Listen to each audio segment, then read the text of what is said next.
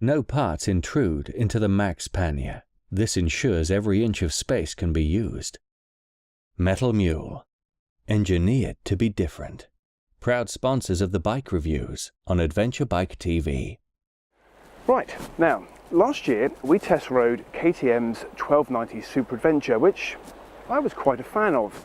And this year, KTM have invited us to the official press launch of the 1290 Super Adventure S and the 1090 Adventure. We are in Corsica for that, and being as what it's Corsica, it has been quite a long journey to get here.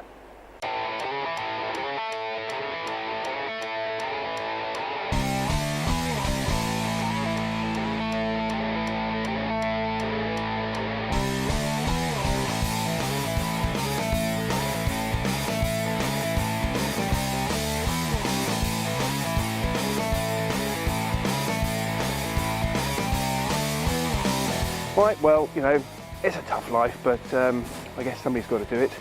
Now, as it is a press launch, we have got the official press conference to go to, so I'd better get going.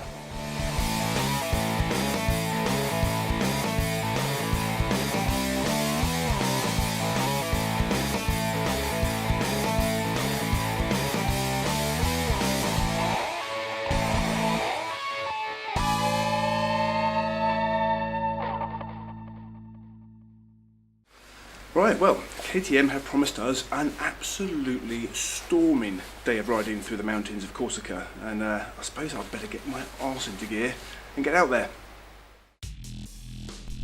Right, let's get started with the 1290 and where this bike fits in the range. Take a breath and listen carefully. Last year we tested the 1290 Super Adventure. That's now the Super Adventure T. Long range tank, etc. Wait for it, it's for touring. At the end of February, KTM also launched the 1290 Adventure R over in Peru. And we are here in Corsica to test the 1290 Super Adventure S, which sits right between the two. Who'll be riding this? Well, it's the adventurer who really wants road-oriented sports performance, but who doesn't want to stop when the tarmac finishes. They'll be able to keep on going, but nothing too extreme. It's easy to stand back and admire this bike. Rugged good looks may be the phrase used to describe Jack Reacher, although, strictly speaking, I'm not convinced it works quite so well for Tom Cruise. Sorry, Tom. But it applies even better to the Adventure S. It's an evolution from the 1190 Adventure, and it works remarkably well, from pretty much any angle. It's definitely a major step forward from those odd front looks on last year's 1290 Super Adventure. When this bike was launched, there was a lot made about the new style split headlights. Well, it does split opinions, but there is a reason for it: the LED lights. You'll be right in thinking that LED stands for light emitting diode, but it also means a lot of heat, and that aluminium structure splitting the lights is both a heatsink and it's where the electronics sit. And they do need the electronics for the lights, as you'll be getting cornering lights in the package for your £1,299 for the basic bike. So there you go. I think the lights look great.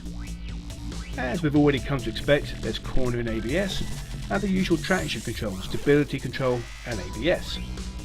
There's a few more electronic tweaks though.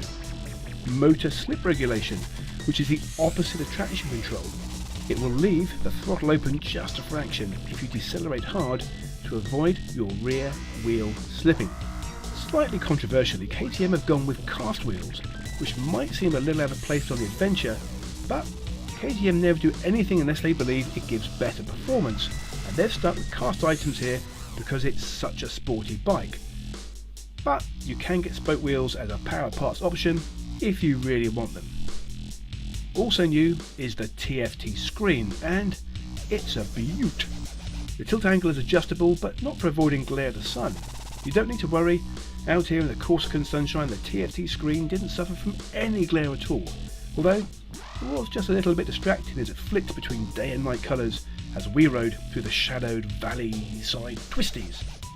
You get all the information you'd ever need, and there's even a couple of programmable shortcut buttons. When I think back to the old multi-strada LCD screen as a comparison, this is so far removed, it's in another planetary system. Also in the cockpit, there's a pocket for your mobile phone, complete with USB charging point. Not officially waterproof, but I was reliably informed by one of the other journos that it's a perfect fit for a 50-gram bag of rolling tobacco. Or your keyless ignition device. Screen adjustment is now one-handed. Not that you'll be thinking much about the screen when you're riding, because you'll be having way too much fun.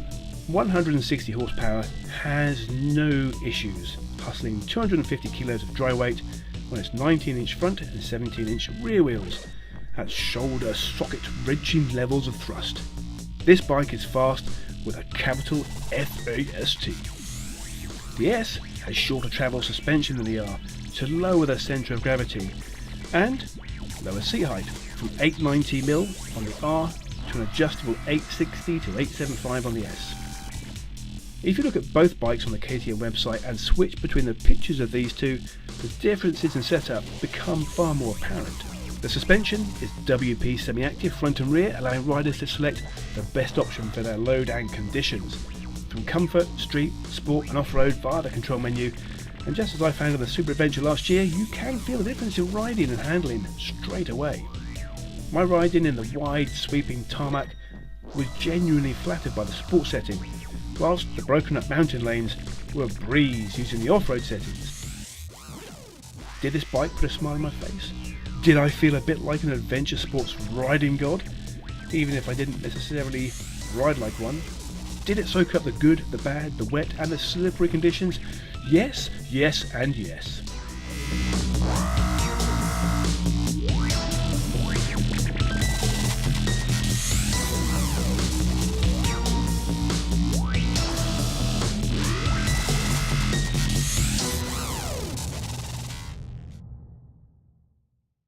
Now to the 1090, and I had to start with a bit of a confession. In my obviously biased little head, I'd never really given the 1090 much thought or indeed due consideration. It was a bike that was there for anyone who couldn't handle a big brother or who didn't want to spend their money. Now, it's not got the same level of wizardry as a 1290. It's a bit of a Ronald Weasley to your Harry Potter. You sometimes forget about the less famous one, but you really shouldn't. No, really, you shouldn't. You see, after I rode it for the first time, this is what I thought. It might cost a whole £3 less than the 1290. It might have less wizardry, although it still has the multi-mode traction control and ABS as standard, but it does have 125 horsepower and weighs almost 10 kilos less than the 1290. And it is a lot of fun to ride. I'll get back to that in a second. So KTM are aiming this bike at somebody who wants performance but who doesn't necessarily want to pay the extra for all the electronic wizardry. The 1090 Adventure is of course the road bias model against the R version. It has 19-inch and 17-inch rear cast wheels, a 43mm upside down WP fork offering 185mm of travel, and a WP shock which is adjustable for preload and rebound damping, and which allows for 190mm of travel. So there's plenty to play with. You just can't do it from the cockpit. And you won't get the TFT screen with a 1090, it's just like looking at the cockpit of the old 1190 Adventure. But this bike doesn't really feel like it needs that level of user interface because it's just not what it's about. Whilst this bike makes 125 horsepower, which is 30 more than the current 1050, and 80 pounds-feet of torque, KTM will also be offering a 95 horsepower version, which can be restricted to 47 horsepower for the A2 licensing system. It shares the same steel trellis frame and 6-gallon tank as a 1290 and has the slipper clutch alongside the traction control, ABS and riding modes. The black frame and different decals ensure it will stand on its own 2 feet alongside the R version. So back to riding, and oh yes, the riding. So it might be a bit of a Ronald Weasley perceived by some to stand in its mate's shadow, but it's not. If your definition of fun is being engaged in the riding, really working with the bike, really feeling the way it responds to your commands, then this bike is fun with friggity bells on it. And a cherry on top. And I wasn't alone in that opinion. Everyone else I spoke to on the weekend thought the same. I'm pretty sure I'd be more tired at the end of a day's riding on the 1090 than the 1290, but I wouldn't feel like I'd had any less of a great ride.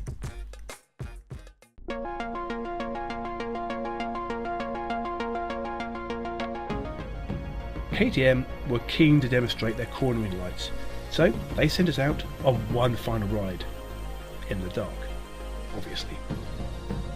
The cornering lights were a little odd because I actually found them so subtle that I really wasn't aware of them at first. But then, as I made the effort to look for them, coming on at different levels depending on your lean angle, I became more aware of them. We were riding dark, twisty mountain roads, and they were very noticeable as we flew around the bends. However, they do remain one thing on bikes that I'm just not 100% convinced about. Just like I'm not convinced about them in cars. A bit like the cruise control, I just remain unconvinced.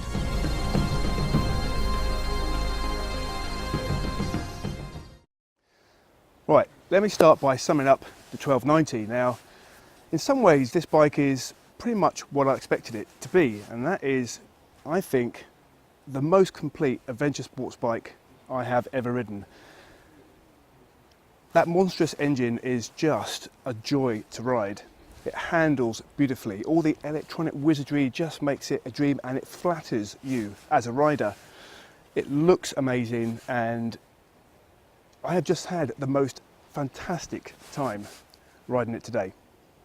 Now, the 1090 Adventure, I think, really that was a surprise for me today, because in many respects I had expected it to be, well, you know, the little brother that was made for somebody who wasn't really man enough for the big boy's bike. But you know what? The combination of the lighter weight, 125 horsepower, it's physically just feels a little bit smaller, and it's so nimble around the corners. It's really the surprise package, I think, of today.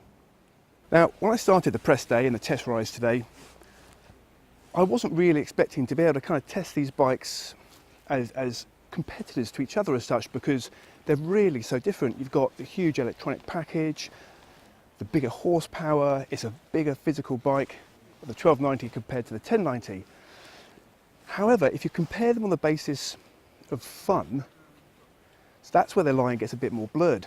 The 1090 is such a laugh to ride, and I would say it is in some respects a bit more engaging because you've got to work the gears a bit more. However, they are two different bikes and they do serve two masters. I think if you want to spend more and have the electronic packages, you go for the 1290. Otherwise, maybe the 1090, but they're both absolutely fantastic bikes. And I guess the question would be, would I have either of these two bikes in my garage? And on many levels, both of them would fit in there. However, I'm still waiting to test ride the R versions. The Metal Mule Max Pannier is the only pannier to use a silicon seal to ensure they're watertight to IP66 classification. Metal Mule, engineered to be different. Proud sponsors of the bike reviews on Adventure Bike TV.